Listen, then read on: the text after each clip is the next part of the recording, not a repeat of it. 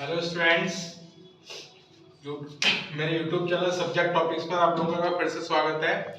और आज हम लोग पढ़ने वाले हैं इकोनॉमिक्स की 12th क्लास की सेकंड बुक भारतीय अर्थव्यवस्था का विकास की चैप्टर 3rd।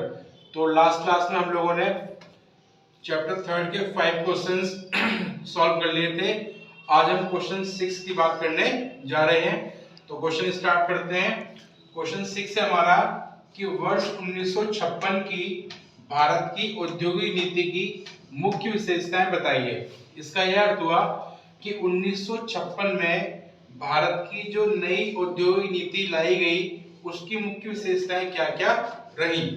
तो इसका आंसर होगा हमारा वर्ष 1956 में आई भारत की औद्योगिक नीति की मुख्य विशेषताएं निम्नलिखित थी। पॉइंट फर्स्ट, उद्योगों का 3 श्रेणियों में वर्गीकरण। इसका यह अर्थ हुआ कि वर्ष 1956 में लाई गई औद्योगिक नीति की जो उद्योग थे उन्हें 3 अलग-अलग भागों में बांटा गया था, जिसमें फर्स्ट कैटेगरी में उन्हें रखा गया वे उद्योग जिनकी स्थापना व विकास केवल सार्वजनिक क्षेत्र में होगा, यानी कि वे उद्योग जिनका विकास केवल और केवल सरकार के द्वारा ही किया जाएगा। इस प्रकार के उद्योगों को श्रेणी ए में रखा गया, जैसे परमाणु ऊर्जा और रक्षा।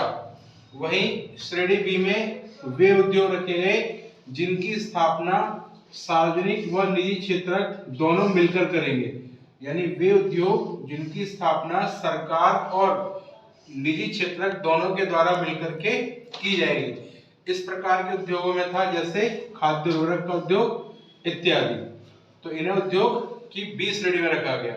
वहीं सी श्रेणी के अंतर्गत उन उद्योगों को रखा गया जो ए और बी उद्योगों की श्रेणी से बाहर थे, यानी उद्योग ए श्रेणी के और उद्योग बी श्रेणी के उद्योगों को छोड़कर अन्य सभी प्रकार के उद्योगों को श्रेणी सी में रखा गया।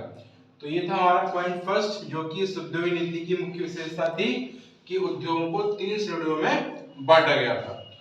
सेकंड टॉपिक था इसमें हमारा औद्योगिक लाइसेंसिंग।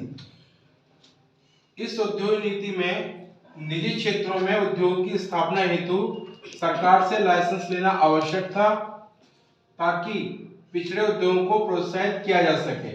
यानी इसके अंतर्गत सरकार के द्वारा उद्योग को स्थापित करने के लिए लाइसेंस लेना अनिवार्य कर दिया गया, ताकि जो पिछड़े इलाके हैं उन क्षेत्रों में उद्योग लगाए जा सके, या वे उद्योग जो कहीं और नहीं लगाए जाते उन जगहों पर उद्योगों को लगाया जा सके।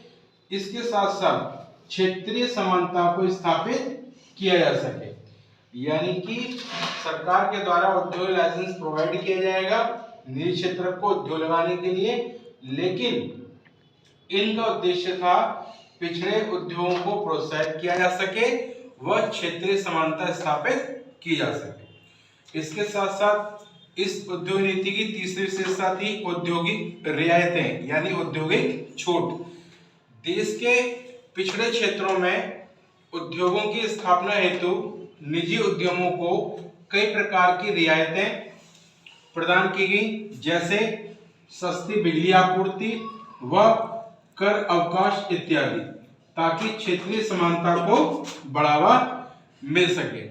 यानी कि उद्योग रियायतों के अंतर्गत अगर कोई निजी उद्यमी पिछड़े क्षेत्रों में उद्योगों को लगाता है तो सरकार के द्वारा उसकी मदद की जाएगी।